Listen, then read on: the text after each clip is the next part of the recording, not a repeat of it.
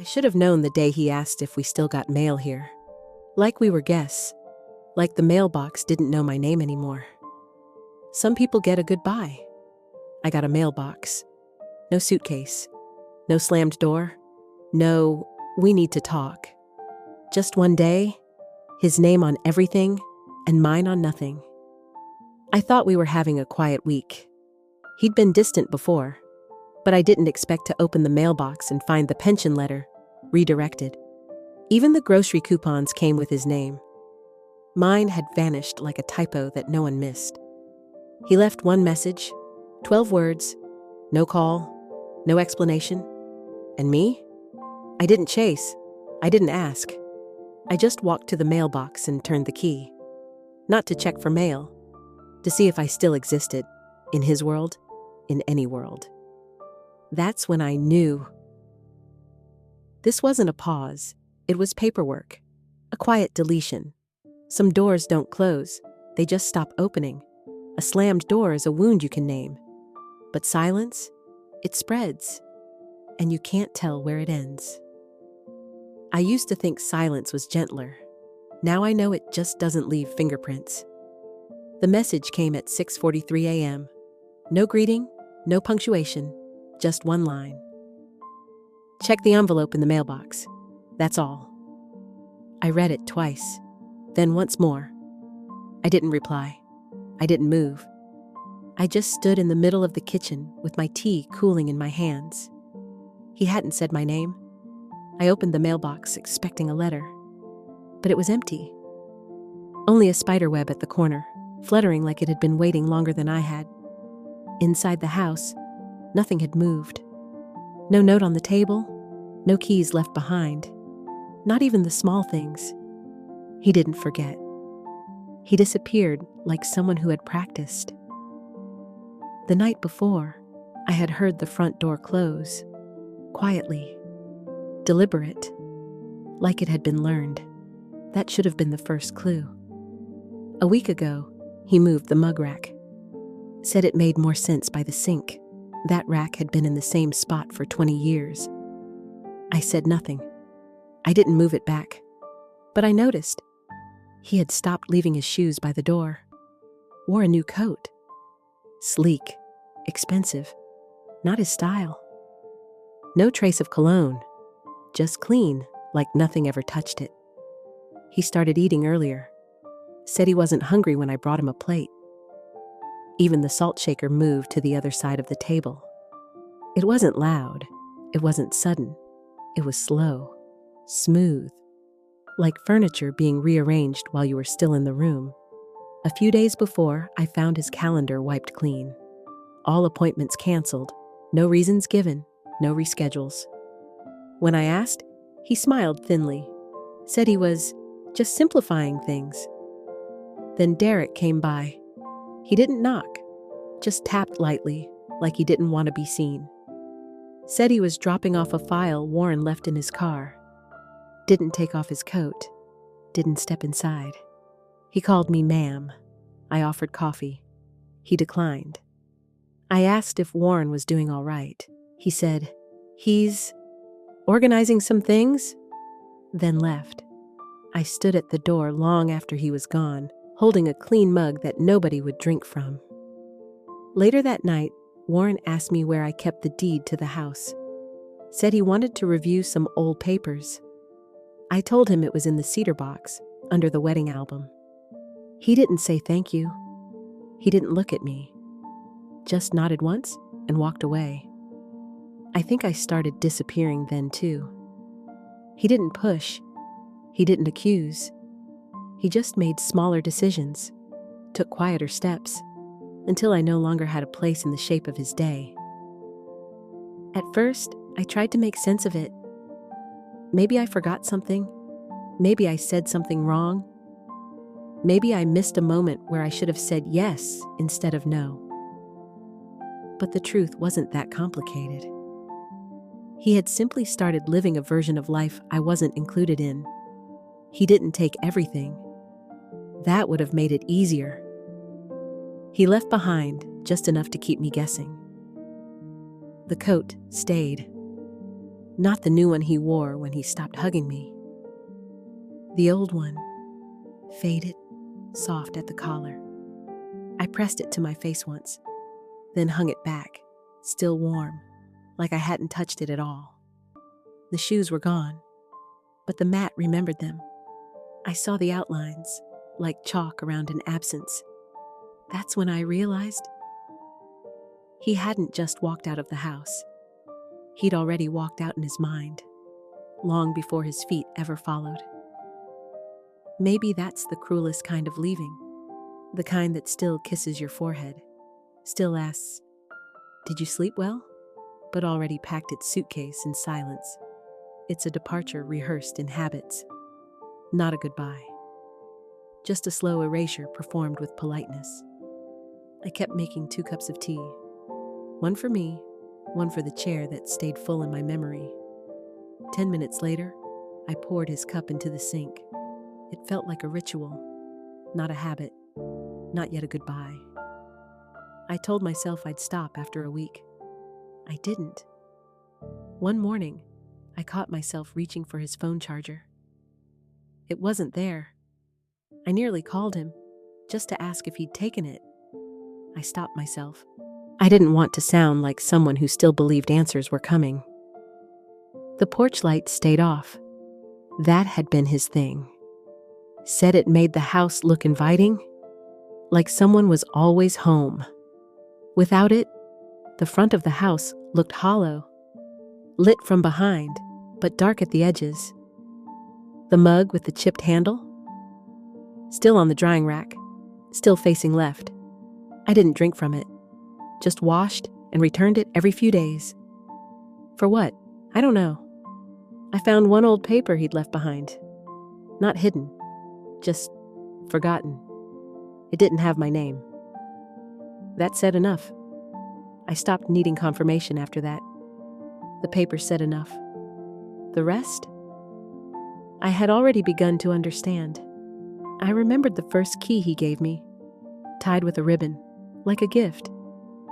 He'd said, "Now it's your place too." I thought houses meant something back then. He once said, "You're my safest place." I believed him, until the place stopped being enough. Now I see walls don't hold people. They just echo what's already leaving. The neighbors asked, "Is Warren out of town?" I nodded, said yes, easier that way. Explaining silence is harder than lying. My son called from Denver, asked if I needed anything. I told him I was fine. He believed me. I said it well. I stood by the kitchen window that night, watching the empty sidewalk, not expecting anyone, not hoping, just watching. The chair across from me stayed. I didn't sit in it. I didn't move it. It was easier to let it be what it was, a space no one wanted to claim. The silence wasn't new.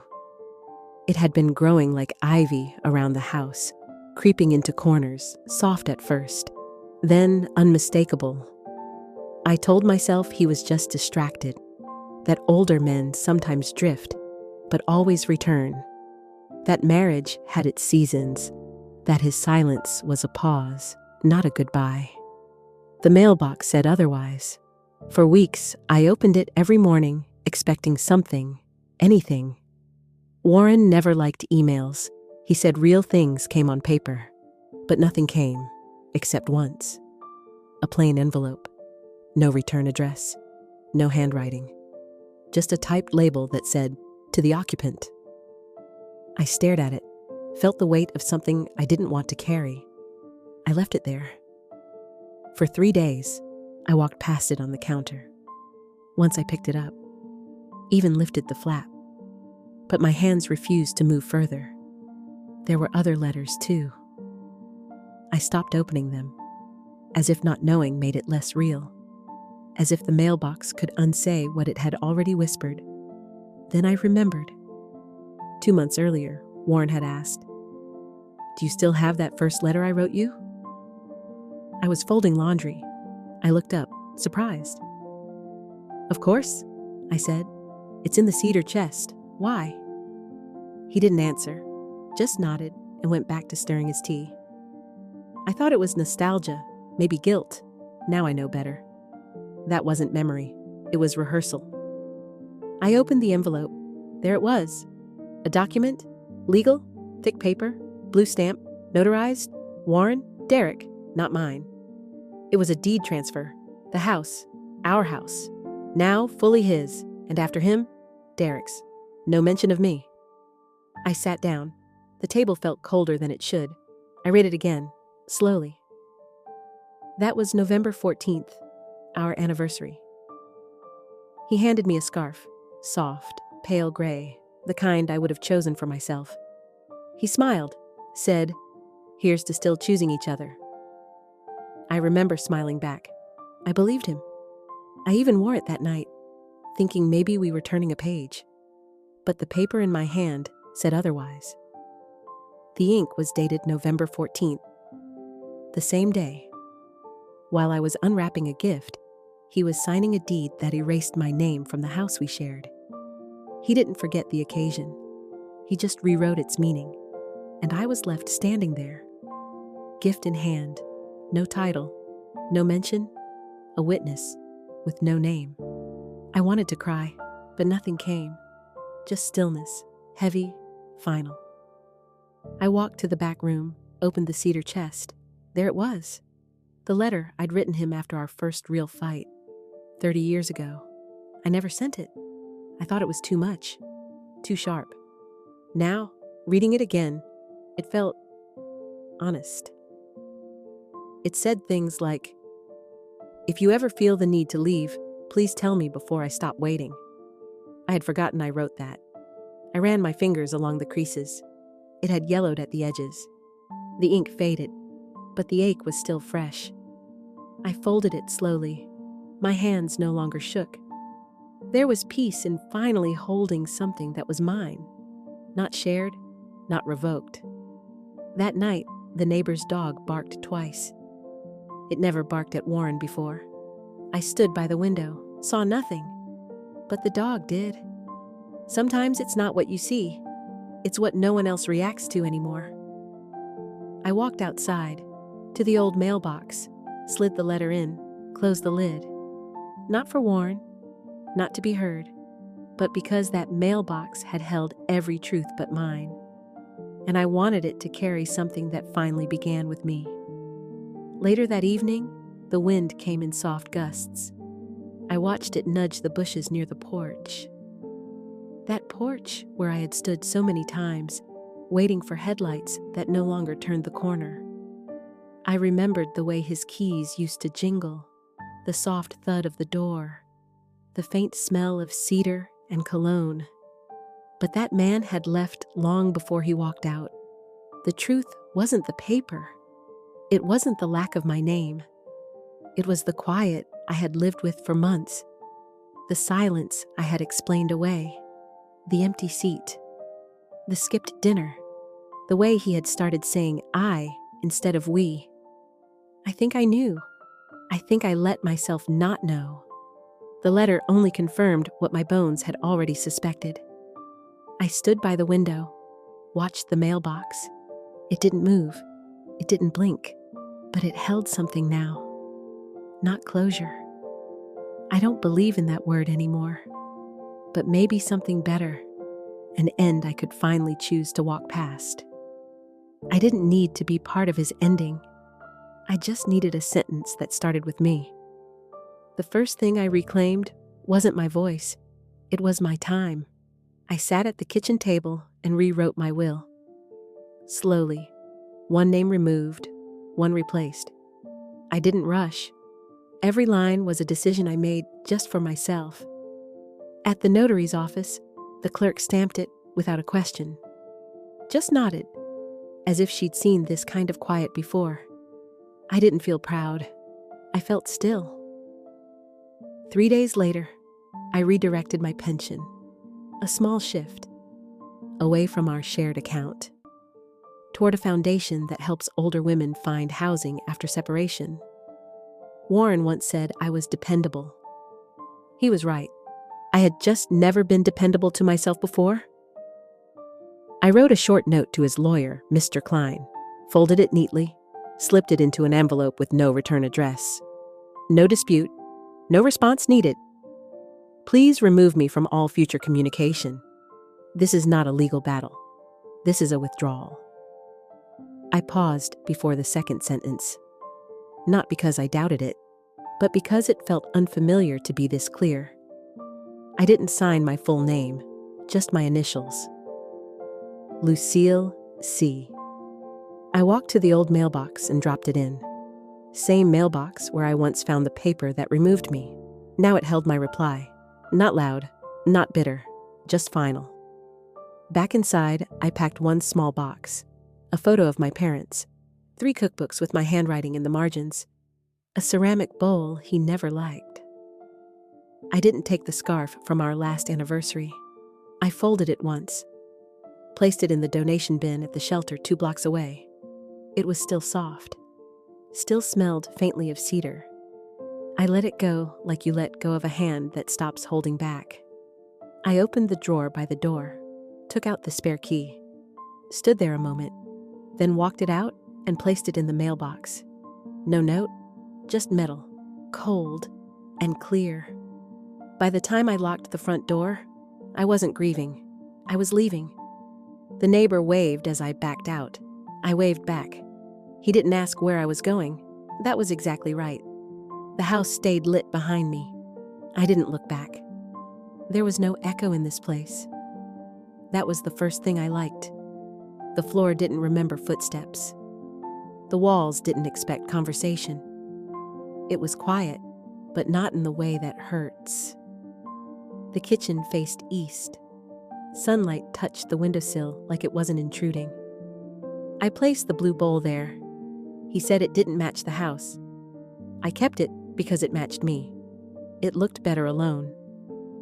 I turned it slightly to the left, just because I could. That morning, someone slipped a letter under my door. Wrong name, wrong number. Still, someone believed this door belonged to a person. I held it for a second, then knocked 2 doors down. A woman answered, tired eyes, bare feet. She said thanks. I nodded. That was enough. It wasn't mine, but I answered anyway. Later, I walked without a jacket. The wind pressed, but didn't push. Near the end of the block, I sat on a bench with tea in a paper cup. Watched a girl trying to tie her shoes. Her fingers were small. She got it wrong. Her mother waited. Didn't lean in. Didn't rush. Waiting, it turns out, isn't always distance. Sometimes it's belief. I thought of all the times I had waited. For an explanation. For a return. For the sound of a key in the door. But silence doesn't owe you anything. What you give it, that's yours to carry. The tea had gone cold. I drank it anyway. Across the street, a curtain shifted. A dog barked. Someone turned their lights on. The world hadn't paused for me, and that no longer felt cruel. It just meant I was free to catch up, or not. I stood. My knees objected, but didn't refuse. At the front step, I paused. The light had moved. It made everything look less sharp. I reached into my coat and found a receipt I didn't need. Folded it once. Let it go. The paper caught wind. I didn't chase it. I watched until I couldn't see it. Then I turned the key. I used to think my story needed permission to begin, that it had to follow someone else's footsteps. But that day, I didn't wait for a knock. I just opened the page and started a sentence that began with me. I never changed the lock, but I stopped checking if it turned. I don't wait by the mailbox anymore. I send things to myself now, not for closure, just to remember I still arrive. Some stories don't need to be told out loud, not even to yourself. They live in the corners, in the sweater you never donated, in a voicemail you haven't deleted, in the silence that feels too familiar. If this story touched something quiet in you, you don't have to say anything, just know that you're not alone. Closure isn't a door slammed shut. It's a door you walk past without waiting for it to open again. And if one day you do open that door again, let it be for yourself. Not for someone who forgot how to knock,